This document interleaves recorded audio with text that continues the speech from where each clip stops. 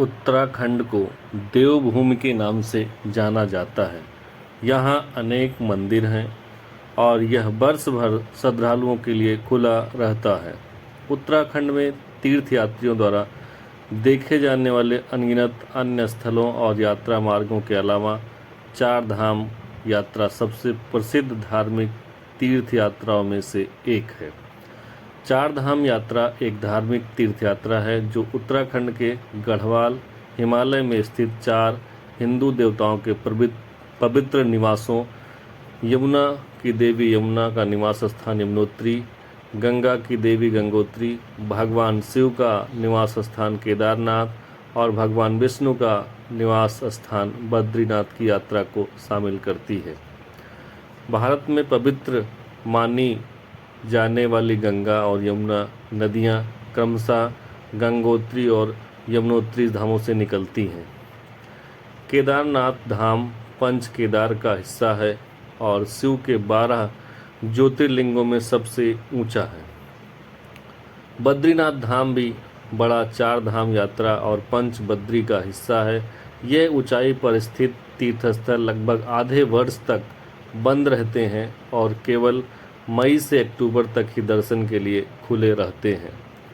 ये ग्रीष्म ऋतु में अक्षय तृतीया को खुलते हैं और दिवाली के 2 दिन बाद भाई दूज को बंद हो जाते हैं, जो शीत ऋतु के आरंभ का प्रतीक है।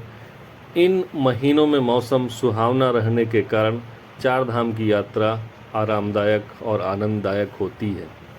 चार धाम की यात्रा सड़क मार्ग या हेलीकॉप्टर द्वारा की जा सकती है। यमुनोत्री धाम उत्तराखंड।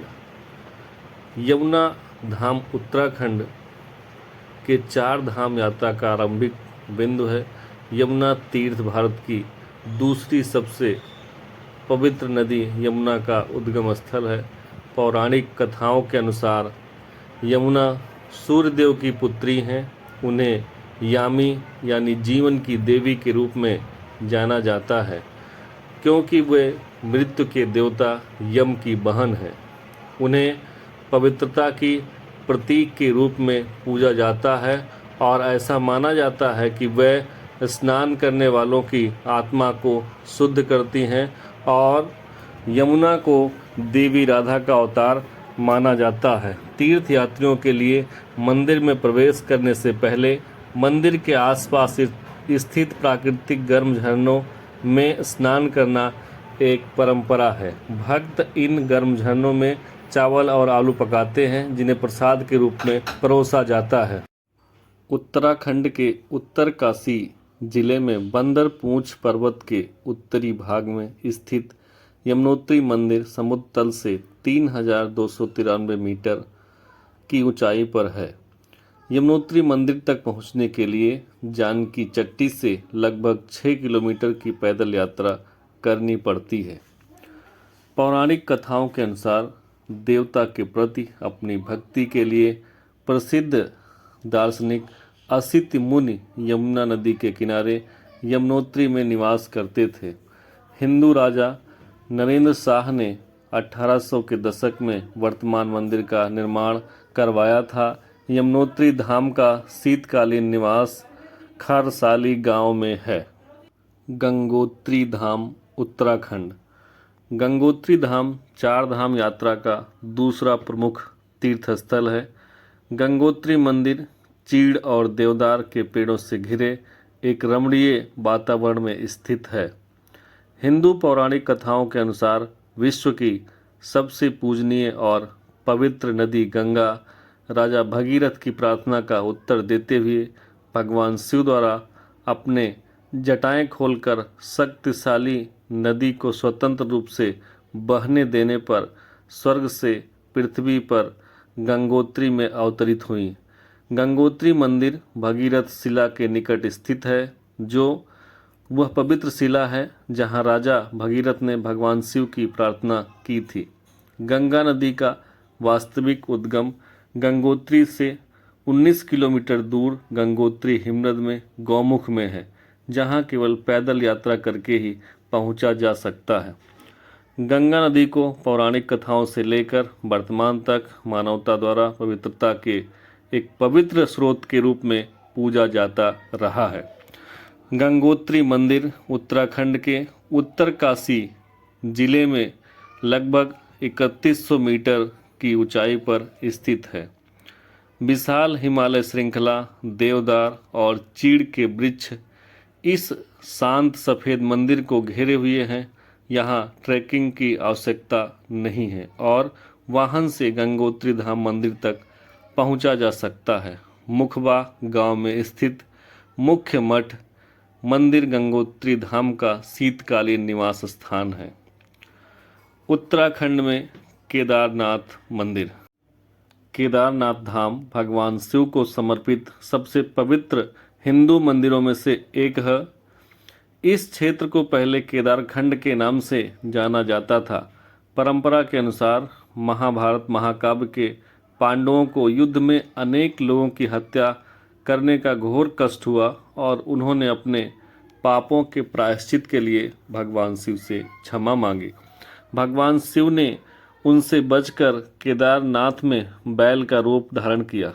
केदारनाथ में भगवान शिव ने पृथ्वी के भीतर प्रवेश किया, जिससे उनकी पीठ का कुबड़ दिखाई देने लगा। भगवान शिव के अवशेष 4 अन्य स्थानों पर भी उनके अवतारों के रूप में प्रकट हुए। इन सभी को पंच केदार के रूप में पूजा जाता है। केदारनाथ मंदिर का निर्माण मूल रूप से पांडवों ने करवाया था, लेकिन आदि शंकराचार्य ने 8वीं शताब्दी ईस्वी में इसका अभिषेक किया। 2013 में केदारनाथ में आई बाढ़ के बाद केदारनाथ मंदिर परिसर का जीर्णोद्धार किया गया और हेलीपैड, ट्रैकिंग ट्रेल्स और गेस्ट कॉटेज जैसी अतिरिक्त सुविधाएं भी बनाई गईं। समुद्र तल से लगभग 11,758 फीट की ऊंचाई पर स्थित यह उत्तराखंड के रुद्रप्रयाग जिले का हिस्सा है। चोराबाड़ी ग्लेशियर के पास बर्फ से ढके ऊंचे पहाड़ों के बीच मंदाकिनी नदी केदारनाथ मंदिर के सामने बहती है। गौरी कुंड, जो अंतिम मीटर योग्य बिंदु है, से ट्रैकिंग की दूरी लगभग 18 किलोमीटर है। केदारनाथ धाम का शीतकालीन निवास स्थान ऊखी मठ है। बद्रीनाथ मंदिर उत्तराखंड। बद्रीनाथ वैष्णवों के लिए सबसे पवित्र तीर्थों में से एक है, क्योंकि यह उन 108 दिव्य देशों में से है जहां भगवान विष्णु ने मानव रूप धारण किया था।